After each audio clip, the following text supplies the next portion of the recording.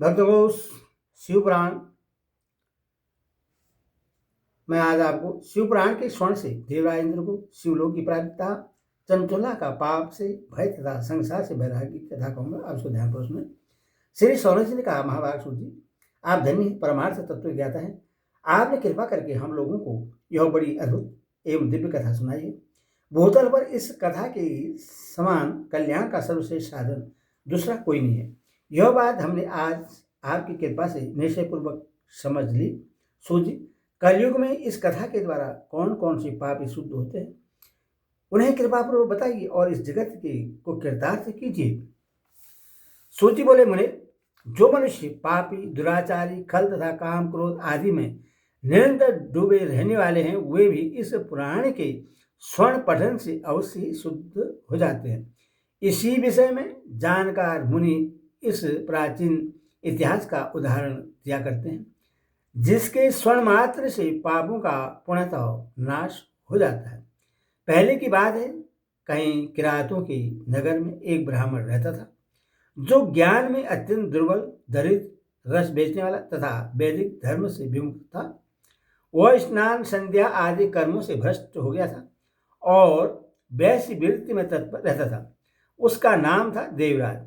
वह अपने ऊपर विश्वास करने वाले लोगों को ठगा करता था। उसने ब्राह्मणों, क्षेत्रियों, वैश्यों, शूद्रों तथा दूसरों को भी अनेक बहानों से मारकर उनका धन हड़प लिया था, परंतु उस पापी का थोड़ा सा भी धन कभी धर्म के काम में नहीं लगा था। वह वैश्यगामी तथा सब प्रकार से आचार भ्रष्ट था। एक दिन घूमता घामता वह देव योग से प्रतिष्ठावानपुर झूसी प्रयाग में जा पहुंचा। वहां उसने एक शिवालय देखा, जहां बहुत से साधु महात्मा एकत्रित हुए थे। देवराज उस शिवालय में ठहर गया, किंतु वहां उस ब्राह्मण को ज्वर आ गया। उस ज्वर से उसको बड़ी पीड़ा होने लगी। वहां एक ब्राह्मण देवता शिवपुराण की कथा सुना रहे थे। ज्वर में पड़ा हुआ देवराज ब्राह्मण के मुखारबिंद से निकली हुई उस शिव कथा को निरंतर सुनता रहा। 1 मास के बाद वह ज्वर से अत्यंत पीड़ित होकर चल बसा। यमराज के दूत आए और उससे पासों से बांधकर बलपूर्वक यमपुरी में ले गए। इतने में ही शिवलोक से भगवान शिव के पारदर्शगण भी आ गए। उनके गौर अंक कपूर के समान उज्जवल थे, हाथ त्रिशूल से शोभित हो रहे थे। उनके संपूर्ण अंग भस्म से उदासित थे और रुद्राक्ष की मालाएं उनके शरीर की शोभा बढ़ा रही थी। वे सब के सब क्रोधपूर्वक यमपुरी में गए और यमराज के दूतों को मार पीट कर बारंबार धमकाकर उन्होंने देवराज को उनकी चंगुल से छुड़ा दिया और अत्यंत अद्भुत विमान पर बैठाकर जब वे शिवदूत कैलाश जाने को उधर हुए, उस समय यमपुरी में बड़ा भारी कोलाहल मच गया। उस कोलाहल को सुनकर धर्मराज अपने भवन से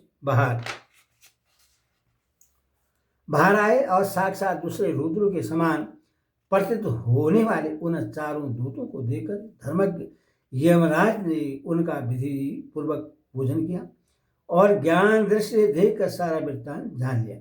उन्होंने भय के कारण भगवान शिव के उन महात्मा दूतों से कोई बात नहीं पूछी, उल्टे उन सब की पूजा एवं प्रार्थना की। तत्पश्चात वे शिवदूत कैलाश को चले गए और वहां पहुंचकर उन्होंने उस ब्राह्मण को दया सागर सांब शिव के हाथों में दे दिया। सौनक जी ने कहा, महाभाग सूत जी, आप सर्वज्ञ हैं महामते। आपके कृपा प्रसाद से मैं बारंबार कृतार्थ हुआ। इस इतिहास को सुनकर मेरा मन अत्यंत आनंद से निमग्न हो रहा है। अथवा अब भगवान शिव में प्रेम बढ़ाने वाली शिव संबंधी दूसरी कथा को भी कहिए।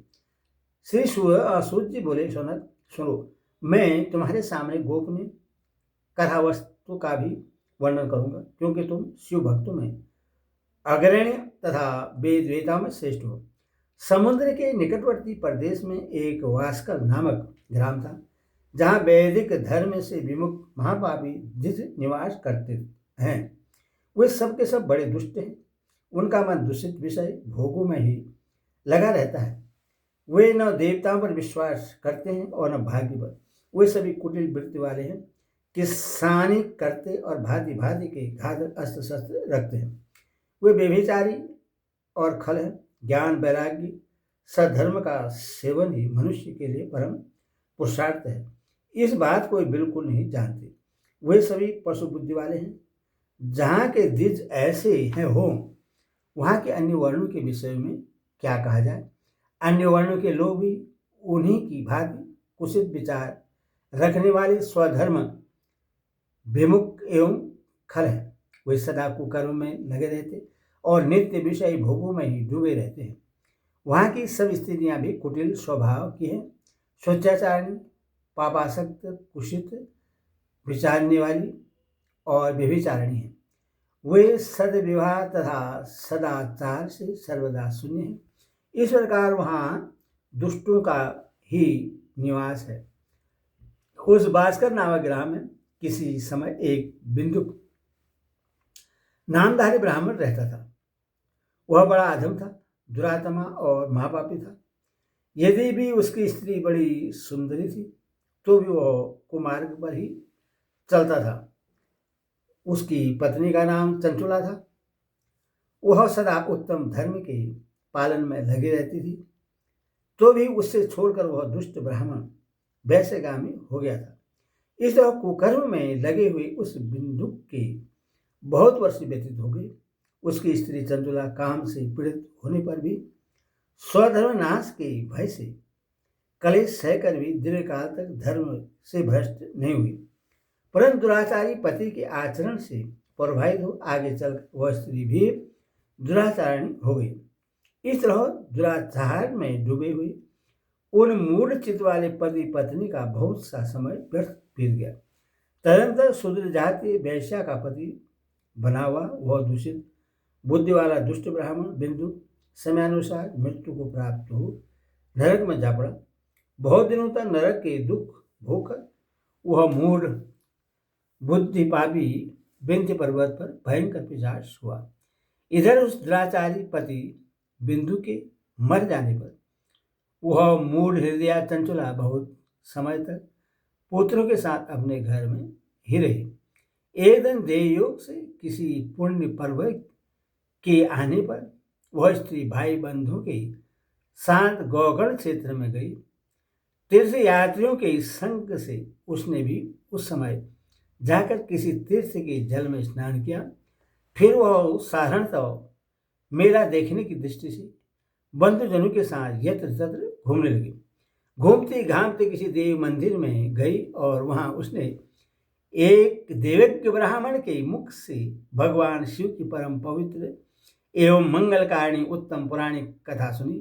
कथावाचक ब्राह्मण कह रहे थे कि जो स्त्रियां पर पुरुष के साथ व्यभिचार करती हैं वो मरने के बाद जब यमलोक में जाती हैं तब यमराज के दूत उनकी योनि में तपे हुए लोहे का परिख डालते हैं। पुराणिक ब्राह्मण के मुख से यह वैराग्य बढ़ाने वाली कथा सुनकर चंचुला भय से व्याकुल हो गई हो वहां कांपने लगी। जब कथा समाप्त हुई और सुनने वाले सब लोग वहां से बाहर चले गए तब वह भयभीत नारी एकांत में शिवपुराण कथा बांटने वाले उस ब्राह्मण देवता से बोली। चंचुला ने कहा, ब्राह्मण, मैं अपने धर्म को नहीं जानती थी, इसीलिए मेरे द्वारा बड़ा दुराचार हुआ है। स्वामी, मेरे ऊपर अनुपम कृपा करके आप मेरा उद्धार कीजिए। आज आपके वैराग्य रस से ओतप्रोत इस प्रवचन को सुनकर मुझे बड़ा भय लग रहा है। मैं कांप उठी हूँ और मुझे इस संसार से वैराग्य हो गया है। मुझ मूढ़ चित्त वाली पापनी को धिक्कार है। मैं सर्वदा निंदा के योग्य हूँ, कुशित विषयों में फंसी हुई हूँ और अपने धर्म से विमुख हो गई हूँ। हाय, न जाने किस किस घोर कष्टदायक दुर्गति में मुझे पढ़ना पड़ेगा और वहाँ कौन बुद्धिमान पुरुष कुमार्ग में मन लगाने वाली मुझ पापनी का साथ देगा। मृत्यु काल में उन भयंकर यमदूतों को मैं कैसे देखूंगी? जब वे बलपूर्वक मेरे गले में फंदे डालकर मुझे बांधेंगे तब मैं कैसे धैर्य धारण कर सकूंगी? नरक में जब मेरे शरीर के टुकड़े टुकड़े किए जाएंगे उस समय विशेष दुख देने वाली उस महायातना को मैं वहाँ कैसे सहूँगी। हाय, मैं मारी गई, मैं जल गई, मेरा हृदय विदीर्ण हो गया और मैं सब प्रकार से नष्ट हो गई, क्योंकि मैं हर तरह से पाप में ही डूबी रही हूँ। ब्राह्मण, आप ही मेरे गुरु, आप ही माता और आप ही पिता हैं। आपकी शरण में आयु, मुझ दीन अबला का आप ही उद्धार कीजिए। सूची कहते हैं समय इस प्रकार खेद और वैराग्य से युक्त हुई चंचुला ब्राह्मण देवता के दोनों चरणों में गिर पड़ी। तब उन बुद्धिमान ब्राह्मण ने कृपापूर्वक उससे उठाया और इस प्रकार कहा। आगे कथा सुने, आगे उसमें